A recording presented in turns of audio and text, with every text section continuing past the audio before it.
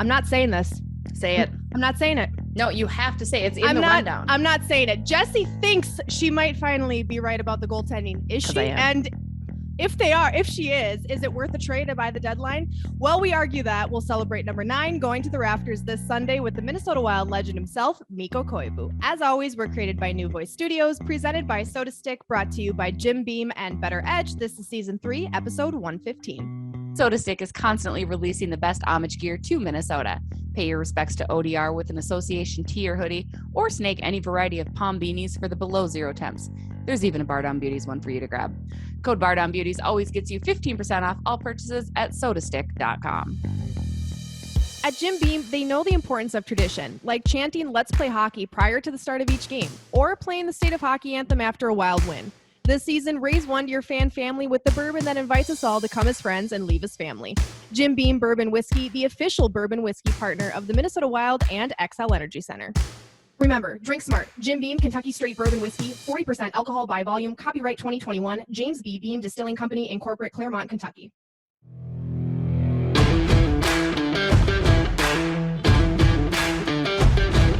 From New Voice Studios. Oh yeah, you betcha. Let's go to the boat. Discombobulate on the spot. Part of the Talk North Podcast Network. Fly out to Russia personally. Jessi Pierce. This is off the rails. We're only a couple minutes in. Alexis Pearson. We're not going to throw batteries on the ice at, Kirill Kaprizov. We're not that crazy. Bardown Beauties Podcast. Was it about guys getting hammered down low night after night? Everyone loves to crap on analytics, but the analytics do not lie here. We are firing Fred at the top of the hour. More hit. It's like tea. Tea. Starts now.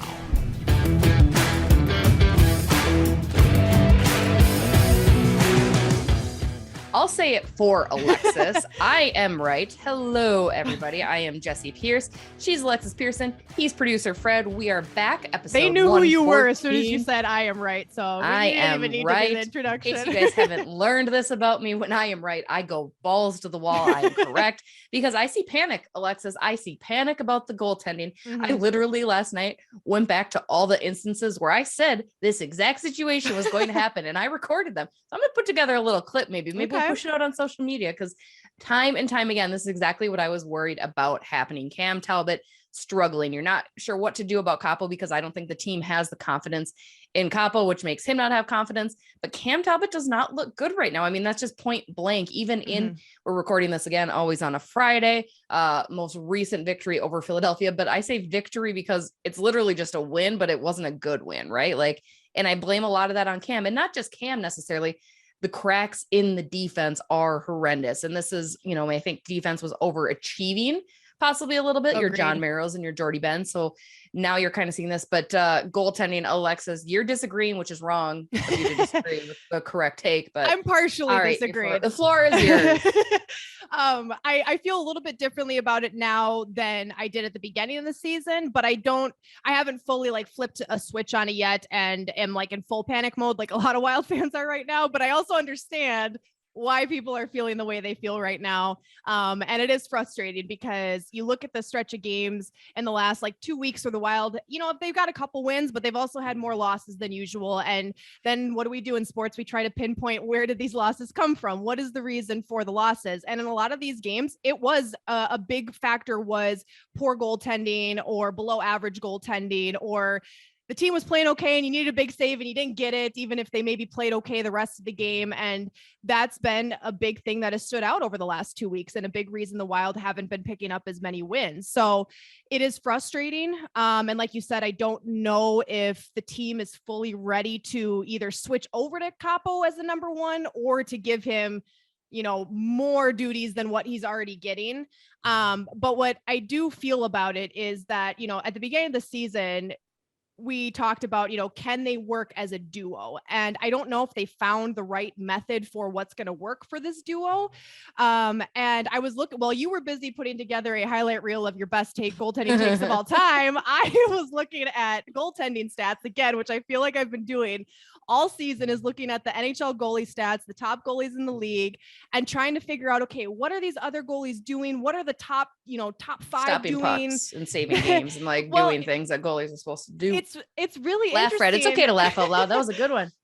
It's really interesting because, when Cam Talbot is playing well, he's playing like incredible stats, like, really, really good goals against average, really, really good. His like save percentage when he wins is like 0.95%, which is like very above average. But when he loses, the stats are horrible. There's no in between of like just a mediocre game that the Wild can still win. It's either just this tremendous goaltending or this horrible goaltending.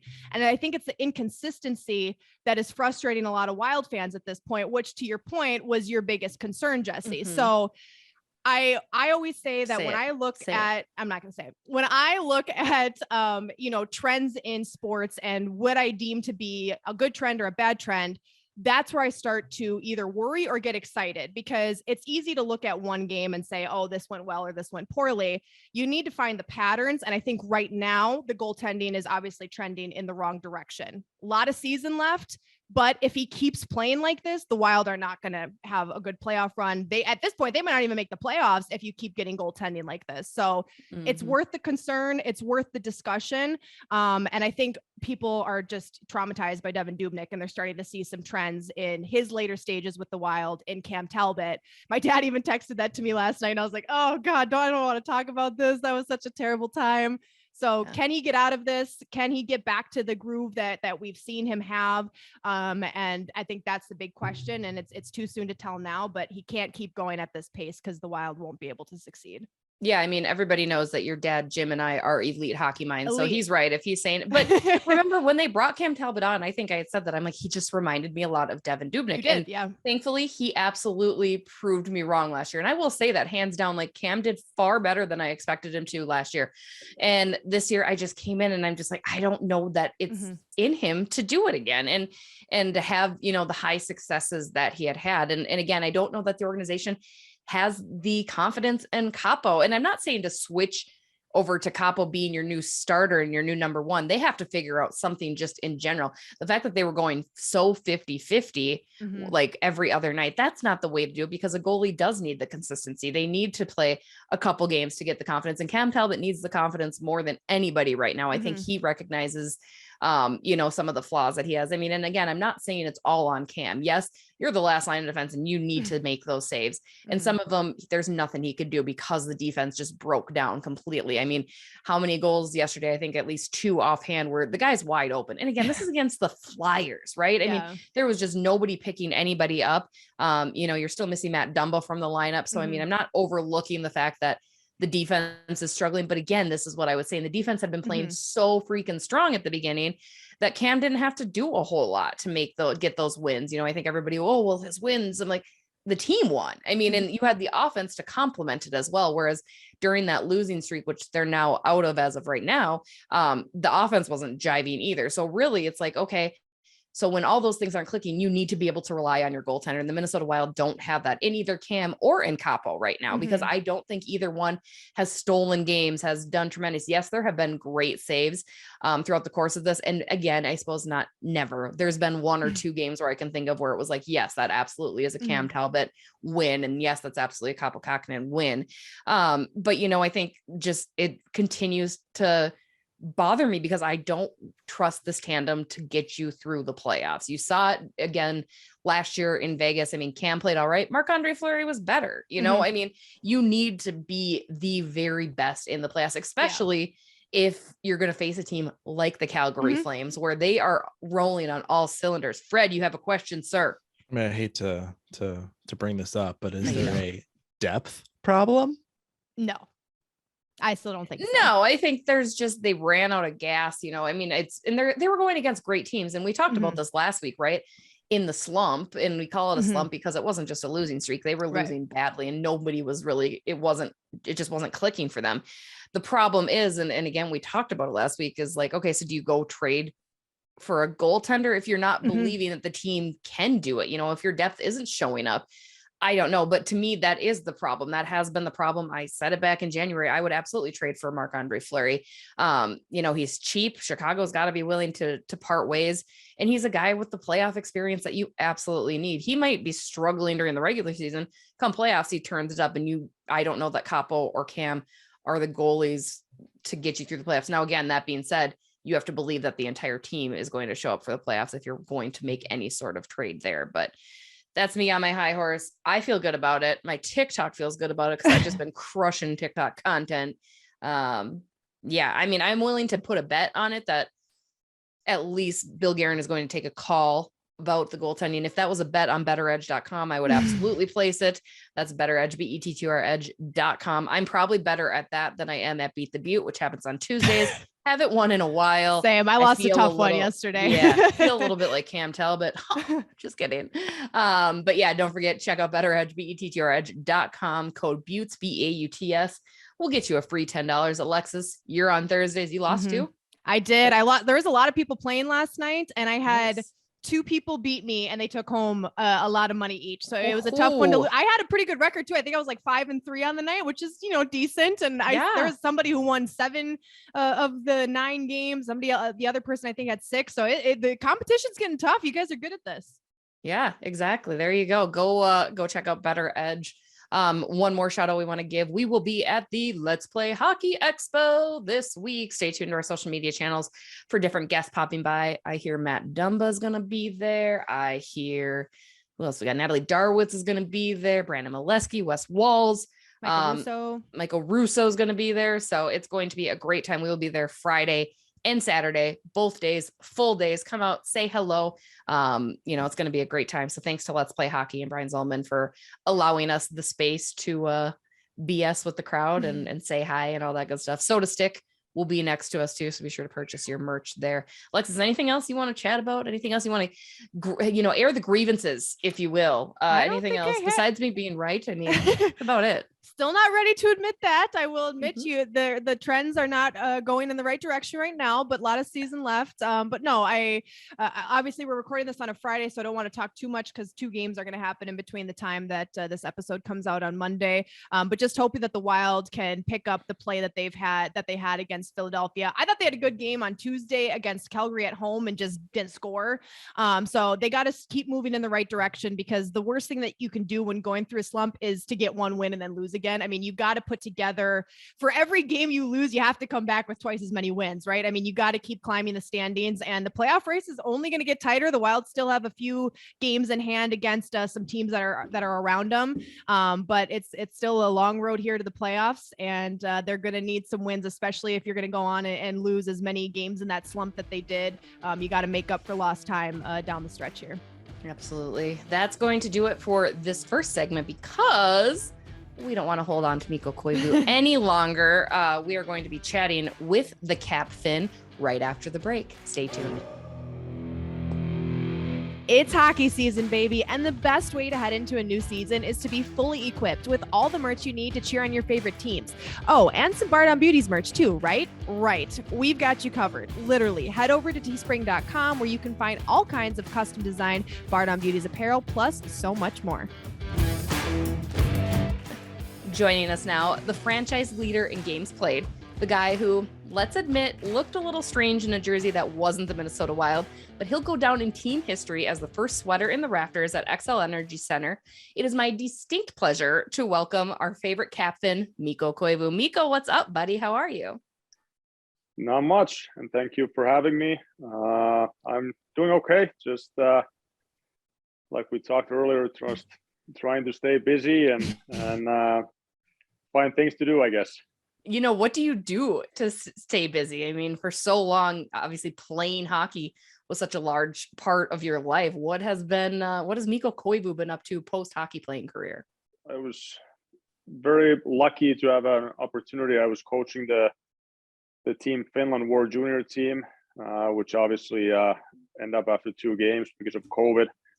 That was for sure, it was disappointing for us coaches and the management, but also I think just you could feel the disappointment for the players and things like that. But that was it was a great opportunity, great experience to do that, to kind of see the youth hockey again and what it means to them, and the excitement and just, pure joy when they play the game and all that. And then again, very grateful for the Wild. I've been able to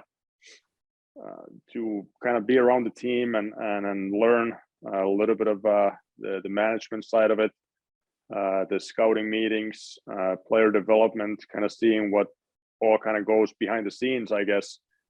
And you just don't have any idea as a player how much, everything goes into it on the decisions and things like that. So, and then coaching my son's hockey team, that's been awesome. My daughter's gymnastics, trying to follow that as much as I can and spend time with them. And then just like I said, trying to stay busy, but also trying to find what the next chapter could be, and hopefully find probably not the same passion as a player, but hopefully close to that. I mean, trying to stay busy, kids will keep you busy. How'd your son's squad do? And did you learn any gymnastics moves from your daughter? Are you doing cartwheels out there now, or what are we talking? I can do a cartwheel, so that's pretty much it. But yeah, it's awesome. Like just to see them do that, and then being more involved, and then obviously, the kids hockey. So my son, he's a 6-year-old, so it's actually more challenging than you would think. Like, I think I'm surprised how much they can do, but it's just fun to see how they get better in such a short period of time, and just getting the teammates and how much fun they have and things like that. So it's just a great experience. Well, you talked about that transition from playing in the league to seeing some of the behind the scenes stuff and being involved in that. Was that a tough transition you found to go from, playing for so long in the league and then trying to adjust to all of that behind the scenes management stuff that goes into hockey? Was it a tough or easy transition for you, do you think? Well, it's and again, there's nothing nothing official, I guess, if that's the word. So it's kind of it's been a great, like I said, an opportunity just kind of get a little bit of feeling what it is and what it could be for myself moving forward. But there's good days and then not as good. I mean, sometimes you do miss the game more. Some days more than others. And some days you enjoyed, kind of the free life or whatever you want to call that, kind of that you can kind of do whatever you want. But I think at the end I do miss the routine and having some goal for, work-wise, what it could be and things like that. But I think it's natural talking to people that has gone through it and I guess it's natural you hear that, like, well, do you want to go coaching, or do you want to maybe be in the management, or do you want to be in a game, or things like that. So it's not an easy decisions and things like that. But I think some ways you got to go after it a little bit, but also I think some ways you got to kind of not to chase it and hopefully kind of let it bring you naturally to whatever it might be. I was going to say, I know we had caught up with you, I think, earlier in the season, and you had talked about that. You were kind of volleying between management and coaching and kind of just seeing what shoe might fit. No clarity yet, still just kind of shadowing around and seeing. I mean, you see your buddy Bruno out there doing his thing as the head coach of a pretty good team, but then you see guys like Billy Guerin doing their thing in the office, still just kind of feeling things out then? Yeah, I do. And I think that's the one message from kind of everyone, that just if you have an opportunity to try different things, like do it, and that's the way you'll kind of feel like what it could be. And but I think one thing that it is in common in both of those things is, like, once you commit to something, like it takes a lot. It's long days and long hours once you're in it. So I think for me, I want to make sure that once you commit to something that you're ready for it, and you also deliver what is your responsibility. So I think those are kind of the points that I'm trying to look at it. And now with the jersey retirement, that's been kind of keeping me busy for a while. And so I think after that, again, we'll know more and hopefully I guess see what the future brings. Let's talk about that jersey retirement. So you've got plans on March 13th then, correct? I mean, what an honor. What does this feel like? I mean, have you been able to put into words what this means? I mean, not only is your jersey being retired, but it's the first one in franchise history, which carries just this extra pride and weight with it. And you're such a prideful guy, and you have such honor in being such a longtime Minnesota Wild member. But really, if you could put into words and summarize it, what does this mean to you? I think that is hard to put it in words. I mean, I think, and why it makes it hard is you obviously never experienced something like this, and you never will, right? Yeah. So it's just, I think I'm excited. I'm nervous at the same time. You're trying to prepare as best as you can, but you really can't know, like, how the moment's gonna be like, or there's no routine for this, or nothing like that.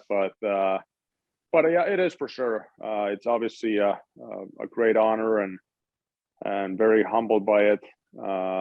Excited to have my friends and family in town, and my old teammates, and then having a chance to thank the fans one more time, getting a chance to be in front of them. That's been a while for me. And the end was kind of different with the COVID, which is going to be actually 2 years exactly at that point. So, oh gosh, yeah. So, I don't know. It's, like I said, great honor. And I think what means to me too is, like, it's hard to describe, but how proud I am that I was able to be part of the Wild for so long, and what a first class organization it is, and things like that. So obviously that means a lot. What makes you nervous? You said you were nervous. What are you nervous about? I mean, I don't think anyone's gonna be booing you or anything like that. Come on. Yeah, no, it's just, I think in a good way. That's what I mean. Like, you're excited, but sure. Obviously a lot goes into it, and it's I guess everything that's new that you haven't experienced. I think it makes you a little bit nervous, and it should be. I mean, but I think I talked to Pekka Rinne a little bit before his night in Nashville, and we were just saying, like, all you're trying to do is, like, to get really sink everything in and enjoy the moment, and because it's been a long wait once they announced it, but then it's gonna go by fast, the day and all that. So I think excited, that's probably a better word. You talked about obviously how proud you were to have spent so much time with the Minnesota Wild and with one organization. And when you stepped onto that draft stage way back when, did you envision that you would be with that team for so long, and that team would end up meaning so much to you? I mean, a lot of guys go into this league and they play for so many different teams, and not that there's a right or wrong way to do it, but there is something special about being with one team for so long. Did you envision that way back when? I don't think you can. I think, once you get drafted and you're just a young person, a young hockey player, I think all you're trying to do is just to get to the first game and then get to the training camp and prove yourself that you can be part of the team. And so I think it's always meant to me a lot. I've said that there's 3 teams basically for me. It's TPS Turku, where I grew up playing hockey in Finland. Then it's Team Finland, which is obviously a huge honor for us Finnish players. And then it's Minnesota Wild. So I think I took a lot of pride for that. I wanted to be always loyal, but a lot of times it's not just up to you either. You gotta be lucky in a way. For sure, you have to work for it to earn the confidence from the management to trust you all the years and over again. But it's not, like I said, it's not always up to the player.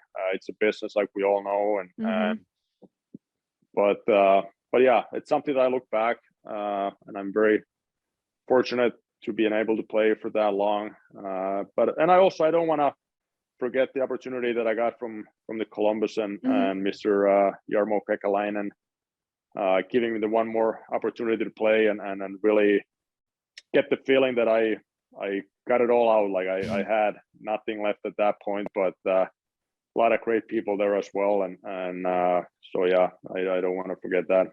Right. I kind of want to talk about that because I think Minnesota Wild fans had a real conundrum on their hands when you went there. They were like, but Miko, but this is good for him. I mean, what was that? I know we've discussed at length, obviously, your decision into feeling like you had something left in the tank, right? But what was that little bit of time in Columbus like? And Torts was your coach, right? Yeah. What was like playing for Mr. Tortorella as well? To be honest, like it was everything since day one I got there. It was just great. I mean, I loved him as a coach.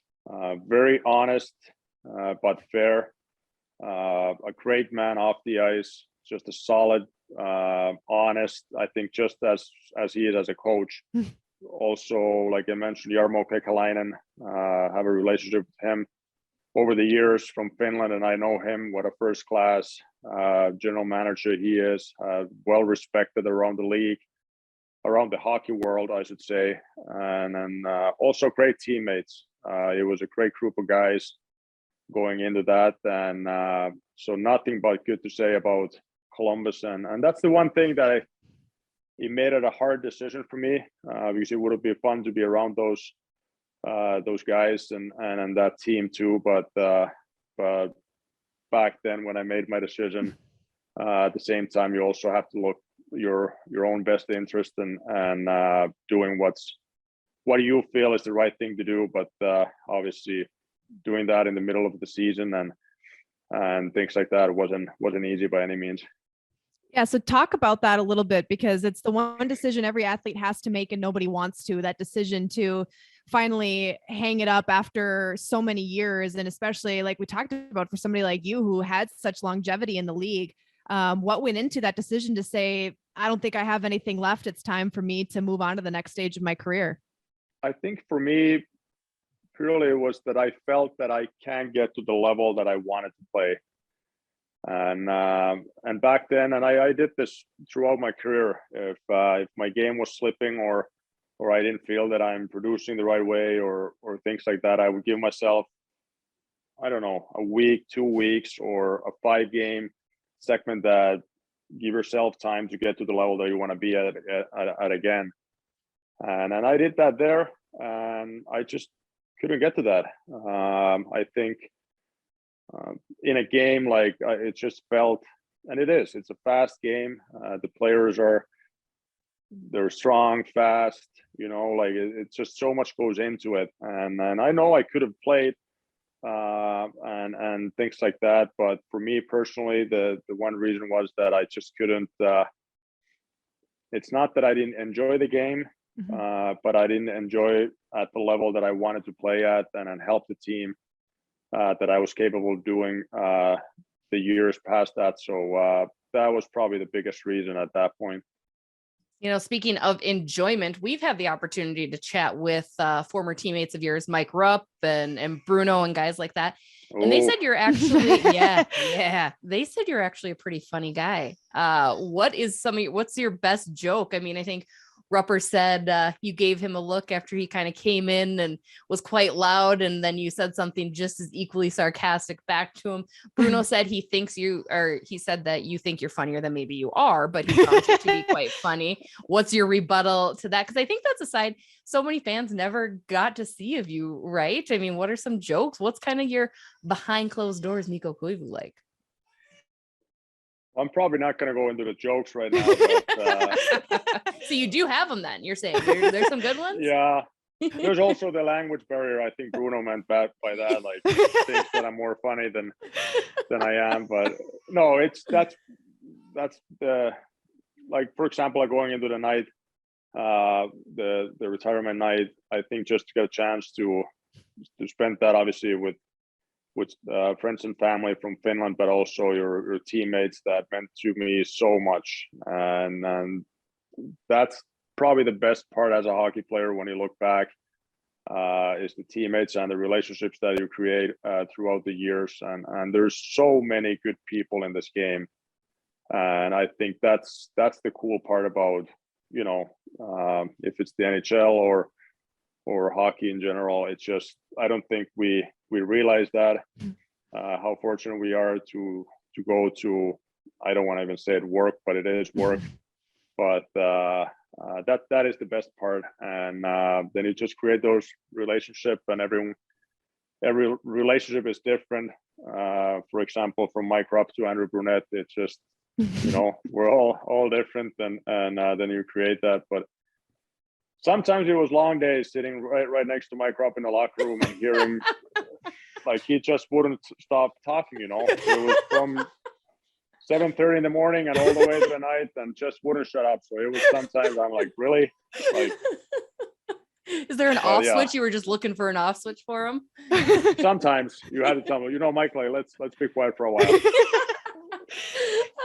With how long that you spent with the Minnesota Wild, on top of Rupper and Bruno, you got to play alongside a lot of really awesome people, and got to play underneath some really good coaches, and got to be a part of some exciting moments in Wild history. Do you have a moment that stands out to you as something you'll never forget, or whether it's on the ice or off the ice, as something with the Minnesota Wild?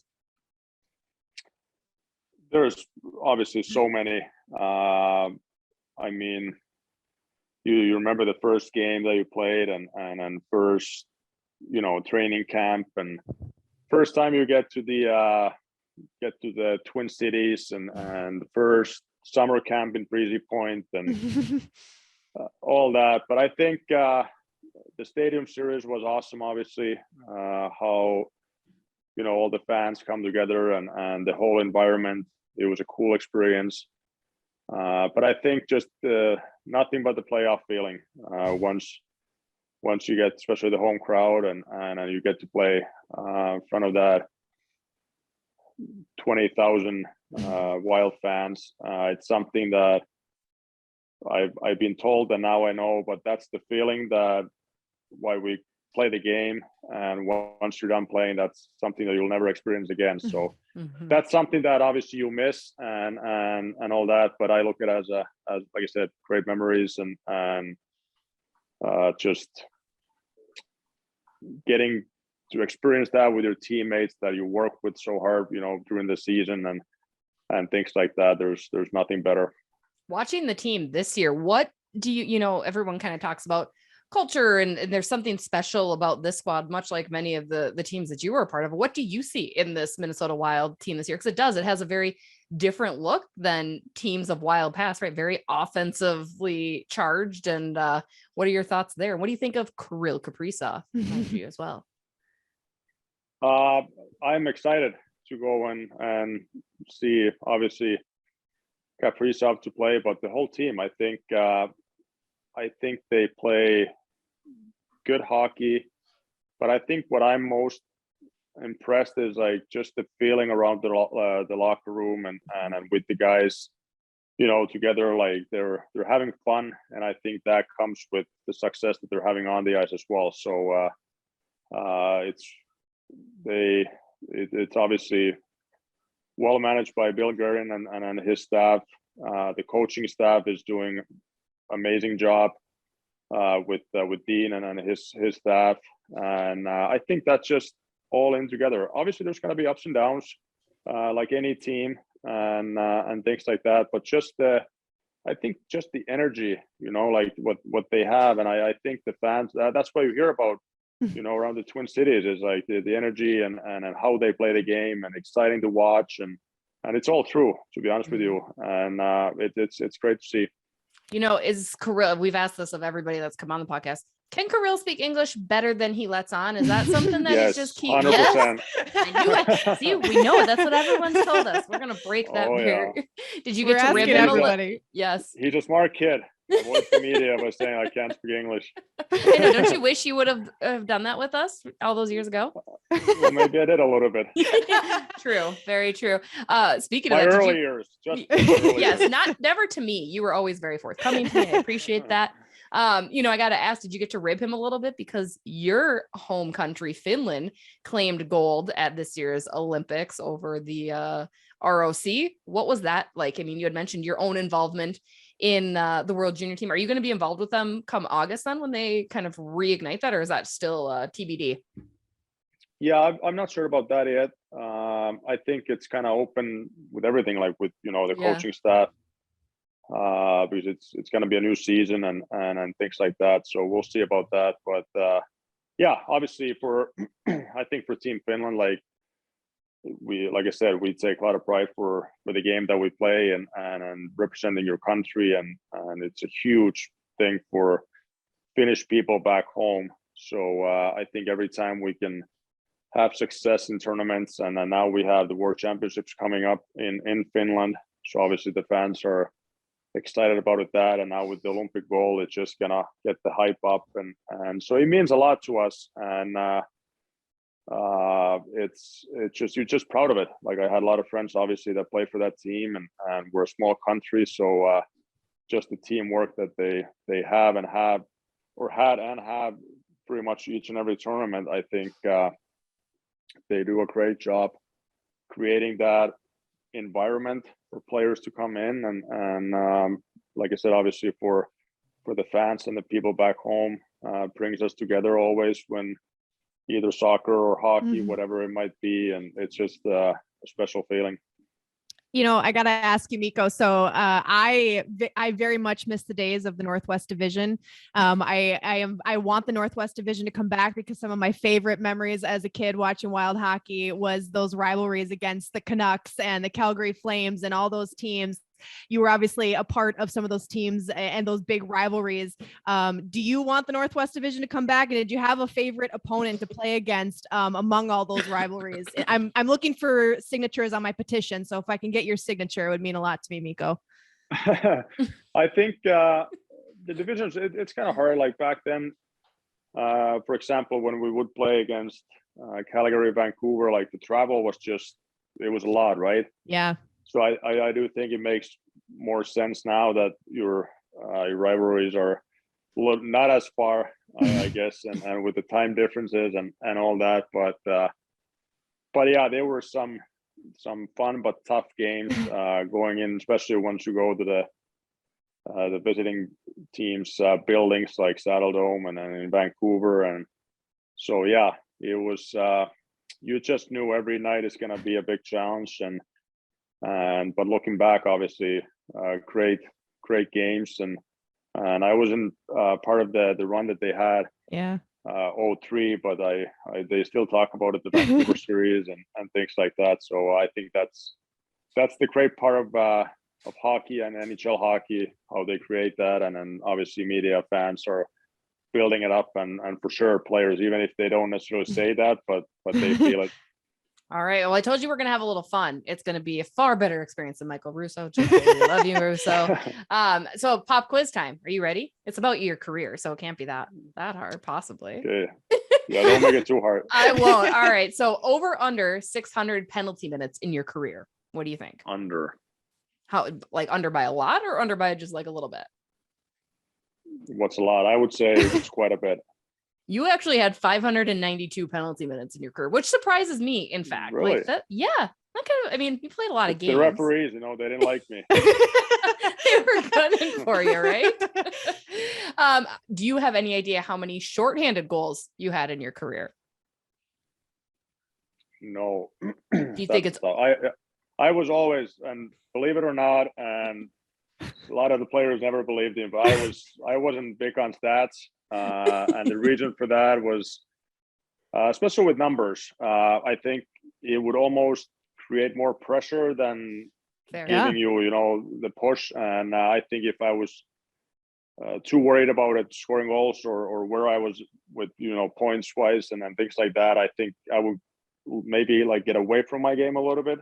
Yeah, I like more that. than it would help me. So that's why I was never following the stats too much. So do you want, like a guy like Spurgeon, right? He passes Schultze last night in Philly for games plays. You want to see these guys start to break some of the records that you had set then for the franchise?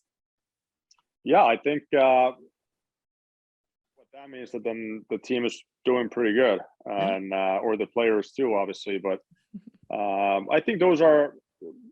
It's you're happy for a player like Spurgeon last night, because you know him as a player and as a person, and how much how well he prepares and what kind of pro he is. So I think you're always happy to see players and people like him having the success that he's having, and So yeah, that'll be good and takes nothing away from me. Yeah, there you go. And then people can stop bugging you, I'm sure, right? Like once he passes, then they get to bug him. Yeah. Yeah. Final question, and it's probably my most important question I have for you of the day. Is it sauna or sauna? Sauna. Sauna. See, all right, people. This is a common fight. We have a sauna on our at my cabin, and it's always goes back and forth. I've got my Finnish family, my German family. And of course, it goes up and down. So good. Officially from Mikko Koivu, sauna, right? I just said that very country. That was terrible. Well, perfect, Miko. Again, thank you so much. Congratulations. We're so excited to celebrate and honor you by hanging that sweater in the rafters. We look forward to bugging you as media members on Wednesday. So not the last you'll see of me, but again, thank you for the time. I really appreciate it.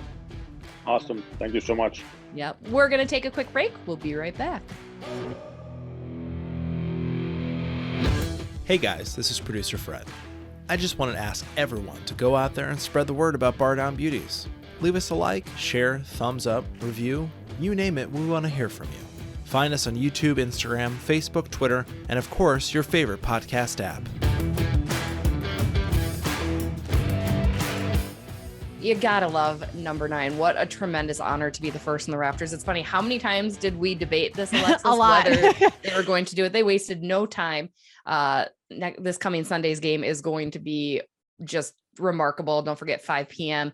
That ceremony starts if you are going to the game where they will retire Mikko Koivu's jersey. Thank you to him. Thank you as always to Aaron Sickman for connecting us. There will be more Mikko Koivu content throughout the week.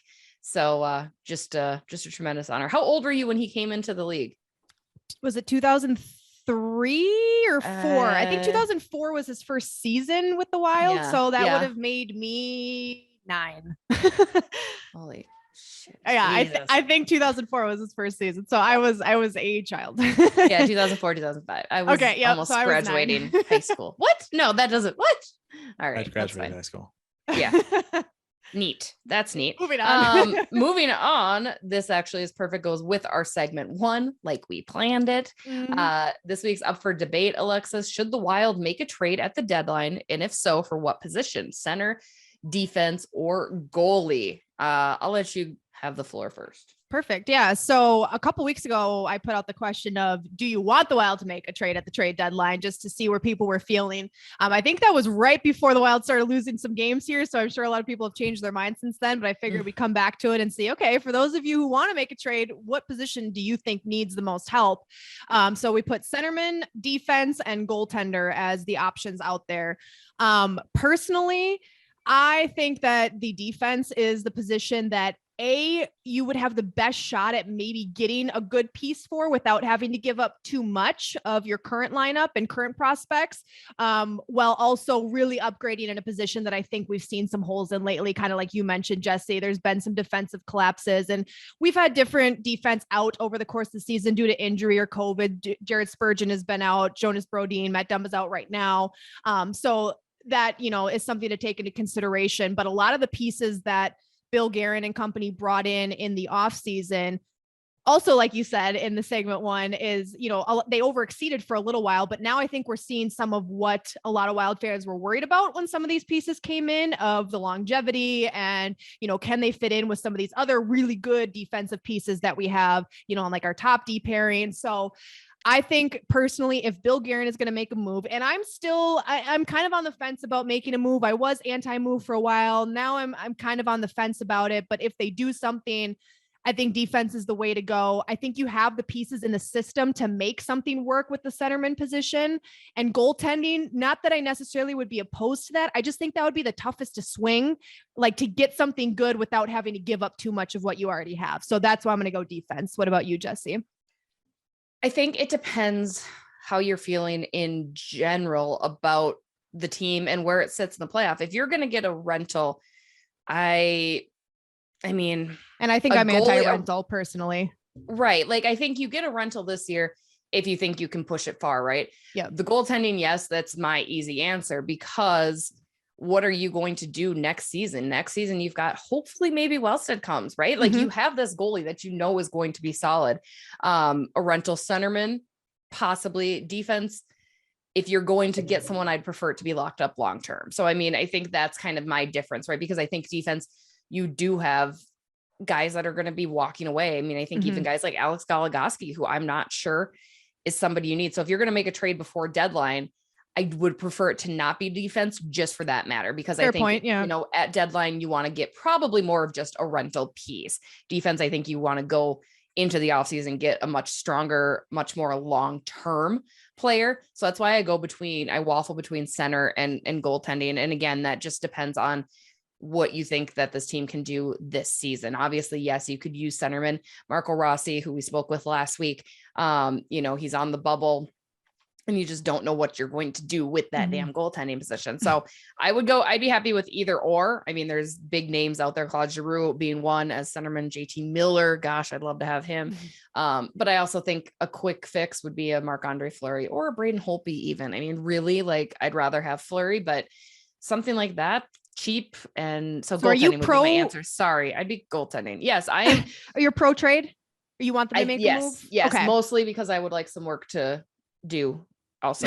And you know, it's fun. Trade day is way more fun if they're doing something. I just get so nervous at the trade deadline because you can really, a season can turn on a dime at the trade deadline, for better or for worse. So I get really anxious when I think about it, because I'm like, man, I mean, this Wild team has done so much good this season, and it's easy right now to be a little stressed out, a little frustrated, because the last couple of weeks have been a bit tough for this team. And quite frankly, really one of the only tough stretches they've had this season, other than when they had half the team out with injury. So it's easy right now to get all caught up in like all these dreams of who they could bring onto the team and fix these problems and make them the perfect team. But at the end of the day, I'm still really proud of what they've done to this point in the season. And I just keep reminding myself, we still have like 2 full months left of the regular season. Like so much can happen. So I'm more on the fence about it than I was before, where I was like very anti-trade, but I'm just a little nervous about making a move that ultimately, you know, plummets them to the bottom of the standings or another first round exit. But, you know, you got to take chances at the end of the day to possibly have that success. And so I'm always willing to have a team take a chance at something rather than stay pat at the end of the day, just because, you know, a lot of teams get complacent and they just settle with what they have. And I'd rather, if they take a risk and it doesn't work out, I can't be that mad because you tried. You did what you thought was going to work and it didn't, at the risk that it could be something awesome. So I'll see how I feel in a couple more weeks. But I mean, I'm pro trade because again, this team cannot stay intact next season. So you have a little bit more money. You're going to lose guys anyway. And it's like, if you think, again, I'm more pro trade if it's simply for a, like, more than likely a rental guy, right? I mean, I'm not talking Martin Hansel situation, but I'm talking like, see, and when I say I'm nervous, that's what I'm talking about. That's exactly what right. I'm like, about. I mean, I think this team, it's close. And I think Bill Guerin will assess, like, if there is just that one little tweak that's cheap and short-term that will get you past that first round and onto the promised land, why not? So I think that's why I'm just more willing to take the risk, because it's like, you can't pay everybody at the end of the day anyway. You can't. Like, you're not, again, I think people keep forgetting that. Like, this team cannot be the same team next year. Like, no matter Kevin Fiala needs a new contract, everybody. Yes, so if you want to pay him, needs a new contract. You got, again, all the defensemen that you have to figure out what you're going to do. Nico Sturm's probably going to walk. Like, you have these guys that just, they cannot be there financially. So it is what it is. So that's why it's like, if you can trade one, if Nico Sturm is a guy that you can trade to get a better up the middle, then why not? Don't, instead of letting him walk into free agency. Yeah. So I am pro trade for that reason. Billy G knows what he's doing. Just like I mean, him and I'll have a chat about the goaltending probably. Yeah. Would you call him up real quick, please? I should. I asked Dean about it post game the other night, and he was like, Cam was fine. Cause I think he knew that Cam was not fine. And I was like, exactly. So Billy and Dean are probably on my side with that. That's good. You should say it now. Say it now. No, I won't. Okay. Well, check back in a week. We got time. To say that. Long season ahead. That's going to do it for this week's episode. Why don't you guys tell me again? We're asking about the goaltending debate all the time. I want you to really weigh in and not hitting the panic button. I'm still not hitting a panic button. I'm just They're exactly like Denny they are Green. Who they thought they are who they thought they were, right? Like that's exactly what I'm saying. So that's going to do it for this week's episode. Excuse me. Shout out to Talk North for featuring us on their network. Shout out to BettorEdge, BETTOREdge.com. Don't forget to sign up with code BEAUTS, BEAUTS for a free $10. That $10 can get you in to play Beat the Butte on Tuesdays against me and or Thursdays against Alexis. We're still working on getting Fred in there. You know, we'll see. We'll get some easy money for you guys someday here. Very easy money. Even easier than beating me. Even easier than beating me too. Shout out to SotaStick, SotaStick.com. All of the merch that you want. Code Bardown Beauties, excuse me. Free 15% off all purchases, excuse me. Shout out to Jim Beam. Love to drink. That's a good thing. And also another shout out to Let's Play Hockey for the Expo. Again, stay tuned to all of our social channels for some fun stuff. We're going to have contests. We're going to have games, guests, all the good ins. Be sure you subscribe. Maybe if you subscribe and show us you subscribe, then maybe you get a little something at the expo. Who knows? And yeah, that's going to do it. Thank you again, Aaron Sickman and Mikko Koivu for their time. And let's go Zepps, Alexis. Let's go Zepps. I've had enough of you. My Packers they're done anyway. So that's a clip that we should use forever. I've had enough of you. Sounds about right. All right, guys. Thanks as always. Have a great week. We'll see you later.